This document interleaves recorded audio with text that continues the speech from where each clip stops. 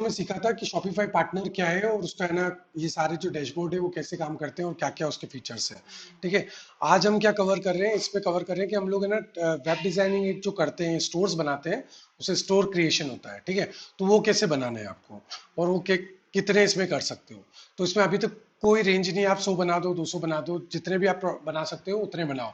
और एक को बनाते हो तो प्रॉपर पूरा उसको कंप्लीट करो आप, है ना। पूरा एक का काम हो गया, फिर सेकंड पे आओ आप। ठीक है। तो हम स्टोर कैसे बनाना है, तो आपको क्या करना है, ऐड स्टोर पे जाना है। यहाँ पे आएगा क्रिएट डेवलपमेंट स्टोर।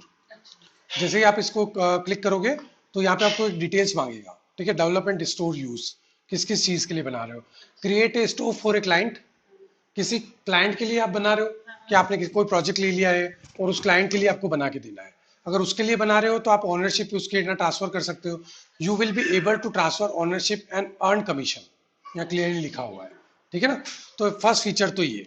सेकंड क्या है आपका, create a store to test and build, choosing a different build, starting the test data or installing custom features will make the store non transferable। मतलब सिर्फ आप टेस्टिंग कर रहे हो और आपको सीखना है तो आप बनाओगे इसमें।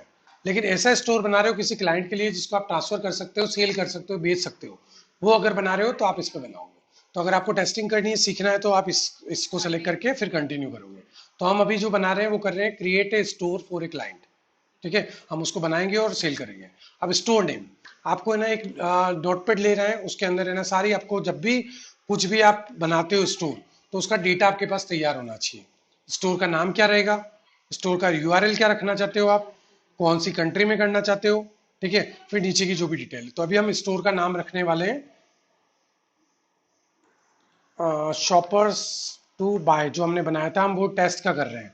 ठीक है। टेस्टिंग कर रहे हैं कैसे होगा। अब जैसे ही शॉपर टू बाय आप नाम लिखोगे, ऑटोमेटिक इसका यूआरएल बन के आ गया। अब ये यूआरएल क्या रहेगा, shoppers dash to dash buy, फिर आ जाएगा dot my Shopify dot com.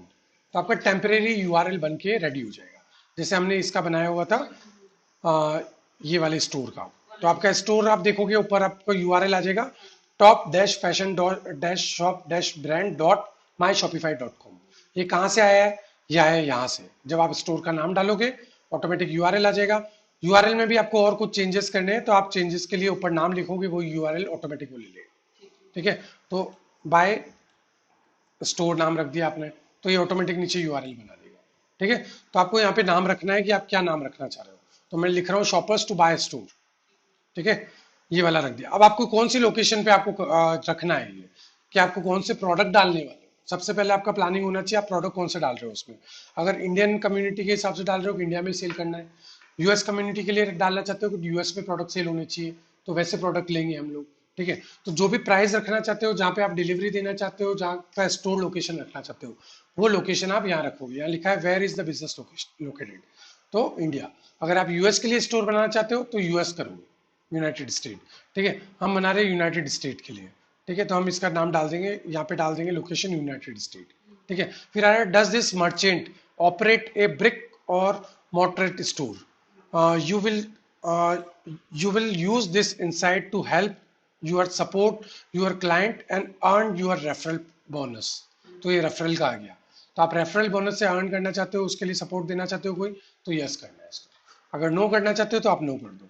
बस ये डिटेल्स आप जब फिल कर लोगे उसके बाद आपको करना है क्रिएट डेवलपमेंट स्टोर। तो देखो आप वापस स्टोर पे आ गए हो यहाँ पे। ठीक है। अब ये थोड़ा सा टाइम लेगा, आपका स्टोर क्रिएट करेगा, आपकी डिटेल जो है वो सारी अपडेट करके, और आपके जो एडमिन पैनल है इसमें भी इसकी डिटेल्स आने लग जाएगी। जो आपका ऊपर यहाँ पे जितने भी स्टोर बने उनकी डिटेल्स यहाँ आना शुरू हो जाती है। ठीक है। तो आप देख रहे हो ये ना अभी सर्चिंग कर रहा है और पूरा डेटा को अपडेट कर रहा है। और अपडेट करके आप ऊपर देखो लिखा हुआ आ गया admin.shopify.com स्टोर। आप शॉपिफाई पार्टनर प्रोग्राम से कहाँ पे आ गए हो आप admin.shopify स्टोर पे आ गए। वहां से आपको स्टोर कनेक्ट करना है। अब देखो आप यहाँ पे पॉपअप नहीं आ रहा है 15 दिन फ्री ट्रायल, क्यों नहीं आ रहा है, आपने शॉपिफाई पार्टनर के ऊपर जाके स्टोर बनाया। जब यहाँ पे बनाओगे तो ये स्टोर जो बनेगा वो आपका लाइफ टाइम फ्री रहेगा। अभी के लिए आज की डेट में जब हम वीडियो बना रहे हैं तब ये फ्री है।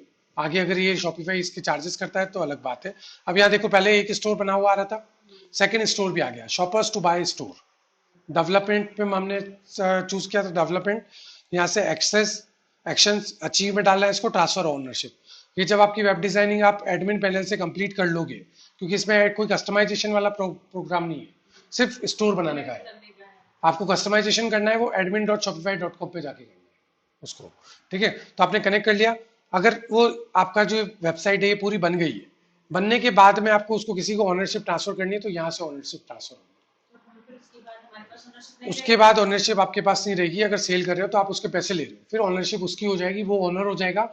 अगर आपको इसमें कोई भी डिजाइनिंग का और काम वो देता है कि इस स्टोर के ऊपर है ना आपको और भी डिजाइनिंग करनी है, ठीक है, तो आपको एज ए स्टाफ अकाउंट देगा, तो ऑनरशिप उसकी हो जाएगी और आपका स्टाफ अकाउंट हो जाएगा। वेब डिजाइनर या ग्राफिक डिजाइनर जो भी आप रहते हो तो स्टाफ अकाउंट हो जाएगा। क्लियर, ठीक है। उसके बाद लॉगिन है, तो लॉगिन सेटअप जो भी है वो यहाँ पे आ जाएगा। लॉगिन पे क्लिक करोगे तो उसका यूजर पासवर्ड वगैरह जो भी है ये एडमिन शॉपिफाई पे आ गया, ठीक है, और यहाँ पे लॉगिन आ गया इसका। हाँ बोलो आप। जब हम ओनरशिप ट्रांसफर करते हैं तो पेमेंट शॉपिफाई के स्टोर पे ही करता है। वो हम आगे सीखेंगे जब आप किसी को ओनरशिप ट्रांसफर करेंगे, डमी आप ओनर ट्रांसफरशिप करेंगे, ओनर का ट्रांसफर ओनरशिप करेंगे, तब हम सीखेंगे कि ना ये किस तरीके से होता है, ठीक है। अब आपने ये कर लिया, अब आपको उसको डिजाइन करना है, तो आप आगे आपके स्टोर पे, ठीक है, यहाँ पे आप देखोगे शॉपर्स टू बाय स्टोर आ गया है, आप इसको सेलेक्ट करोगे। सेलेक्ट करने के बाद इसका कस्टमाइजेशन आप शुरू कर सकते हो।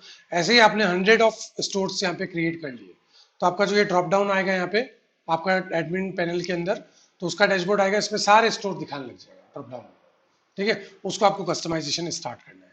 तो ये हो गया हमारे कि स्टोर्स कैसे बनाने हैं हमें शॉपिफाई पार्टनर के अंदर, ताकि वो लाइफ टाइम के लिए फ्री रहे, उसमें कस्टमाइजेशन आप करते रह सकते हो, ठीक है। अगर आप एडमिन स्टोर पे जाके, अगर यहाँ पे जाके और फिर ऊपर स्टोर्स लिखा है यहाँ से आप स्टोर बनाओगे तो उसकी लिमिट रहेगी 15 डेज। उसके बाद आप पेमेंट करोगे तभी आप ये जो एडमिन पैनल है इसको एक्सेस कर सकते हो।